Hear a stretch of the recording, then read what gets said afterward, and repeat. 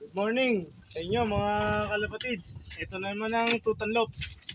Nandito tayo sa flyer slope ng ating tutan.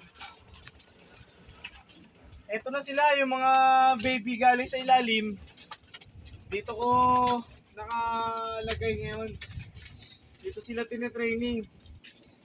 Habang sila ay nagpapalakas ng mga bagwis, mga pakpak nila, dito sila naggagawa ng training. Mula sa kanilang, pag natuto na silang kumain, inaakit ko na sila dito lahat. Para sa kanilang, ito ang aking gagawin ngayon. Tayo ay maglilinis ng loob. Kailangan nating ilabas muna sila. Pero bago yun, papakita ko sa inyo yung nilaro natin sa kamakailan na laban ng Sariaya. Ito. Siya yung pangalawa sa nag-drop sa atin. Second dropping siya. Halos sabay sila ni Opal. Banded siya ng CHPA. Pero nilalaro ko sa summer race ng CFL. Ito, naka-sticker pa siya. Mamaya ko sila ilalabas lahat. Naka-schedule siya Sabado sa fun race. Tatlo pa rin sila.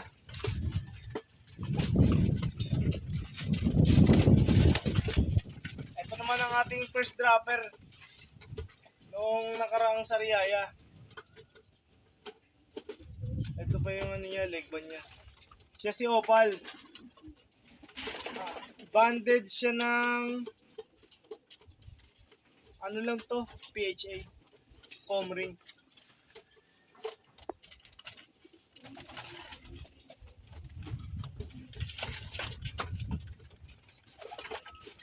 Kailangan silang ilabas para makapaglinis si Daddy. Labas muna kayo.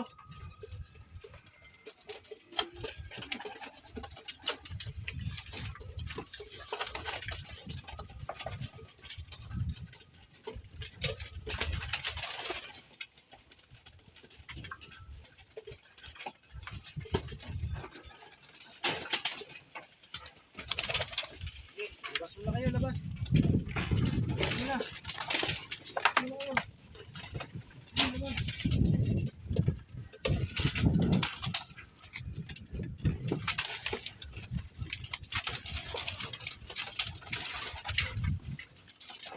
Labas muna, labas.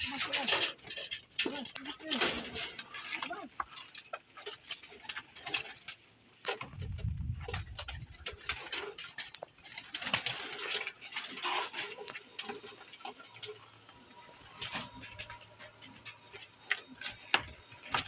Dilinis si Daddy. Labas mo na doon, magawalis. Labas mo na kayo doon, labas. Labas kayo na, labas.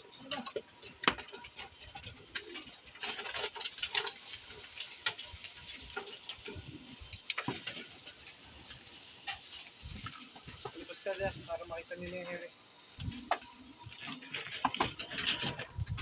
Ilalabas ko na rin yung nawala sa atin. Galing sa na-disgrasyang manakaw. Ito siya. Dito talaga siya lumaki. Sa flyer. Sino yan? Siya si Betadine.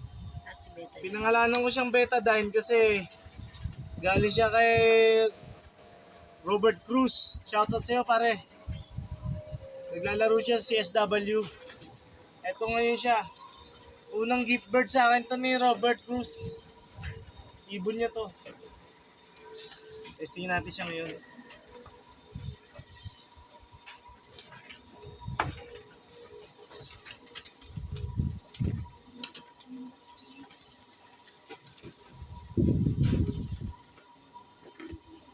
Okay. Labas.